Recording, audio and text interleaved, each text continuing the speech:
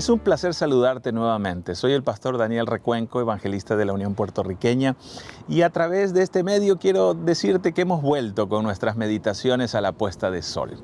Al iniciar las horas sagradas del sábado queremos reflexionar y meditar en la palabra del Señor y el enfoque de la misión para estos días.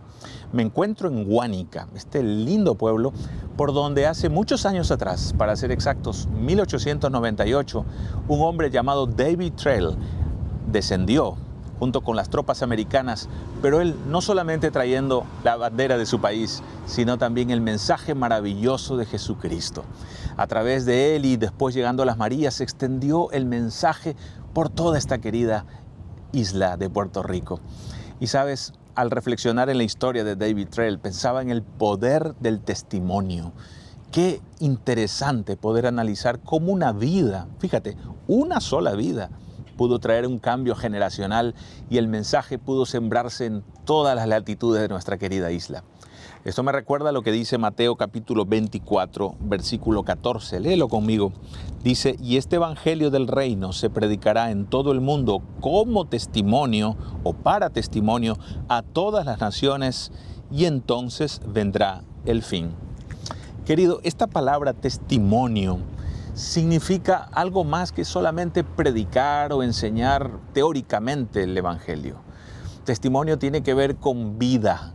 Testimonio tiene que ver con convivencia, con aquellas personas con las que nos rodeamos.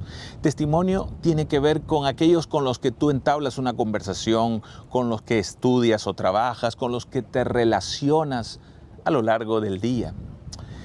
Y es que cuando vemos el método de Cristo era principalmente relacionarse. Ellen White lo dice en el Ministerio de Curación en la página 102, que es el único método que dará resultados, que Jesús se mezclaba con las personas, estaba en contacto con ellas, se relacionaba, ganaba su confianza, su simpatía, suplía sus intereses y sus necesidades y finalmente les decía, sígueme.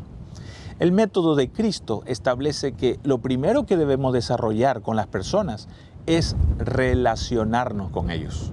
En otras palabras, la convivencia.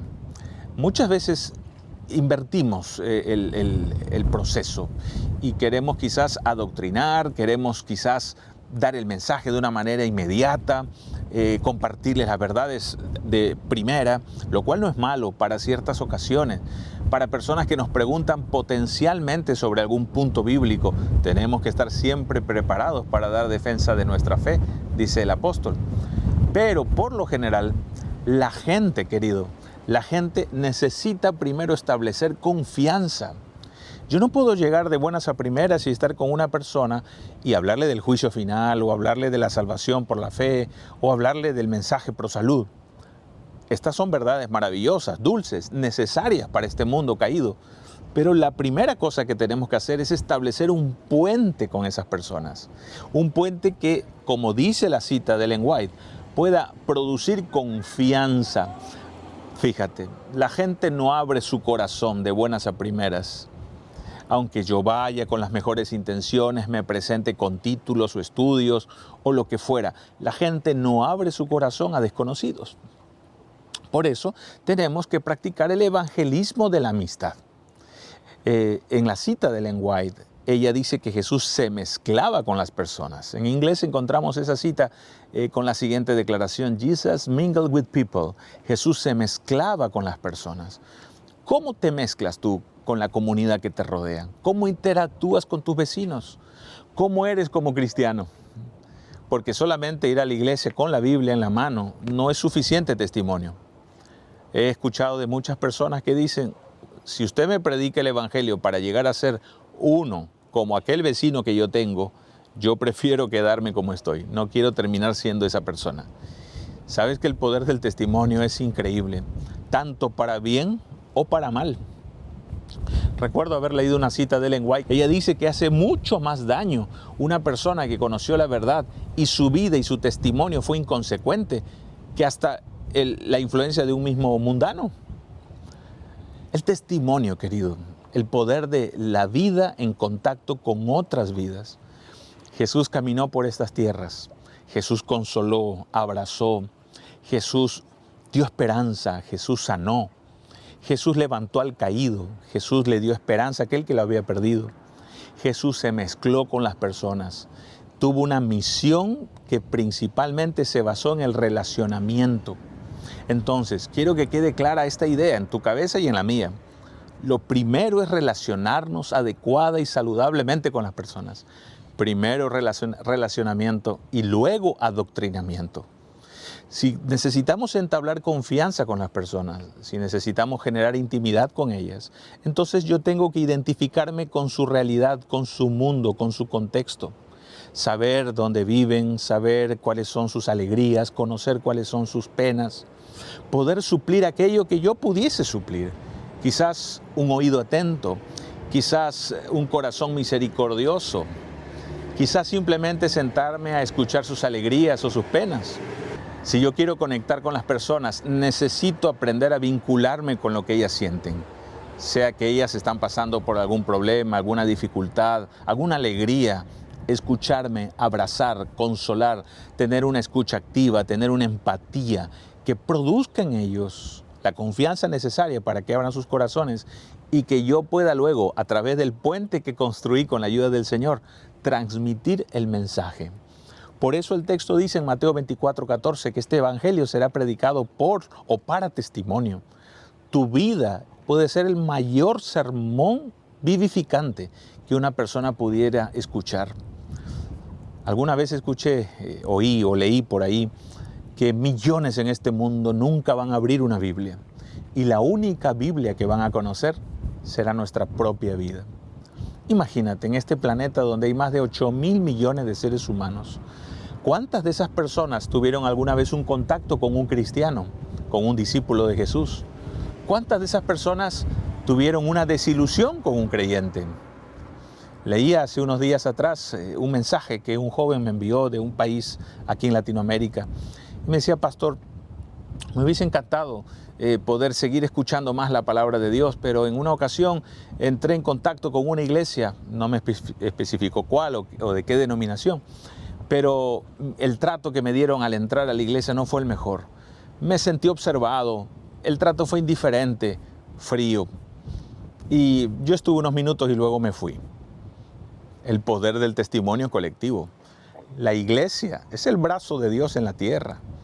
Necesitamos mostrarle al mundo esperanza, luz, sal. Esas son las palabras que Jesús dejó. Somos la sal y somos la luz. Pero a veces la luz está apagada. A veces la sal es insípida. Oh, mi amigo, mi amiga, pastor, líder, hermano de iglesia. Hagamos de nuestras iglesias centros donde el testimonio pueda tener un efecto reproductor en la vida de otros.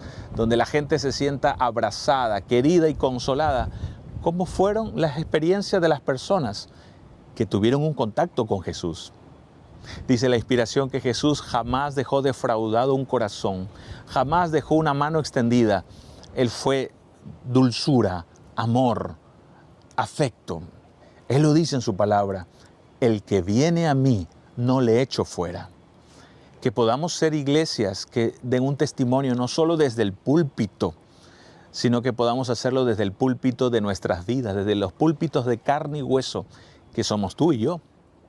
El mundo necesita algo más allá que solo escuchar el Evangelio. El mundo necesita ver el Evangelio reflejado en nuestra vida, en nuestras actitudes, en nuestras palabras, en nuestra tolerancia, en nuestra comprensión. Sabes, me encanta cuando Jesús miraba a las multitudes. Los evangelios dicen que cuando Jesús vio a las multitudes, las vio con compasión, tuvo compasión por ellas. Y luego dijo entonces, hagamos algo más. Me da pena enviarlos de vuelta a casa sin que ellos hayan comido. Entonces los discípulos vinieron y dijeron, Señor, mira, solo acá hay un niño que nos trajo sus pocos panes y peces. No podemos hacer mucho por ello. Entonces Jesús da la asignación, denles ustedes de comer.